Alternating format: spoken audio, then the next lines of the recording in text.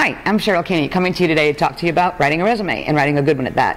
I'd like to first start off by telling you that I have been in recruiting for the past 25 years, and I've been an executive career coach, executive recruiter, career counselor, done it all, trainer, and I've read thousands and thousands of resumes, and I can tell you a good one will stand out.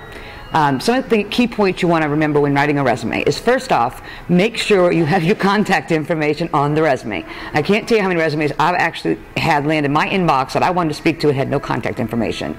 Recruiters are not going to go digging for your information. You've got to give it to them. Secondly, that's not kind of obvious, but it does happen, is objectives. Make sure if you do want to put an objective on your resume, keep it broad, keep it open. Don't talk about what's in it for you. Talk about what's in it for the reader. Okay? So when you write your resume, read that and make sure if you were the reader, you'd want to talk to you. Secondly is make sure you spend some time really talking about within each job that you're going to list, not what you did. You don't want to talk about bullet points of what I did. You want to come from the mindset of the employer or the person reading the resume and say, what are they looking for here? And you want to ask yourself the question, whatever it is you did, why did you do it? What was the end outcome that positively impacted your employer? So what was the benefit? Think about benefits, value, and features. So look at your resume as a tool that's going to sell you, okay? Because it is selling you. Often these days, especially in the job market the way it is, you don't get to talk to an employer, you don't get to talk to a real person. So that resume has got to do the job for you. Keep your resume no more than 2 to 3 pages tops. It's not necessary to go back 10 years, 12 years, 15 years. Employers are mainly looking at what you've done the most recent 5 years of your career. So hit those jobs the hardest.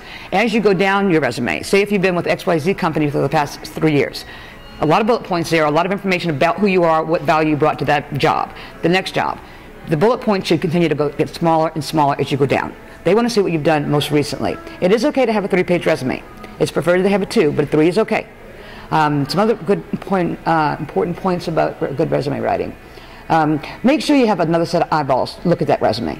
It's never really necessary to pay someone to prepare your resume, but it is required that someone else eyeball your resume. Make sure there's not grammatical errors, typos. It's easy for us to overlook something in our resume. Someone else might catch it, so you want someone else reading it.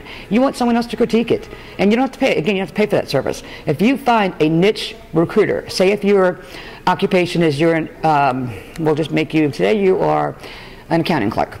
Find a recruiter that places accounting clerks. Send them your resume. In the email, in the body, ask for them to critique it. They're going to then see value that you're seeing coming from them. You want them to critique your resume. You want them to. You actually do. They're going to make suggestions, send it back to you, and have you do the final draft.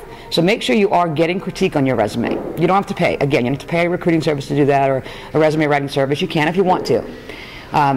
Those are the main key points I want to bring to light about resume writing. If you'd like additional information, feel free to shoot me a quick email. Again, it's Cheryl Caney, HR recruiter at att.net, and I'll be happy to talk to you. Thanks.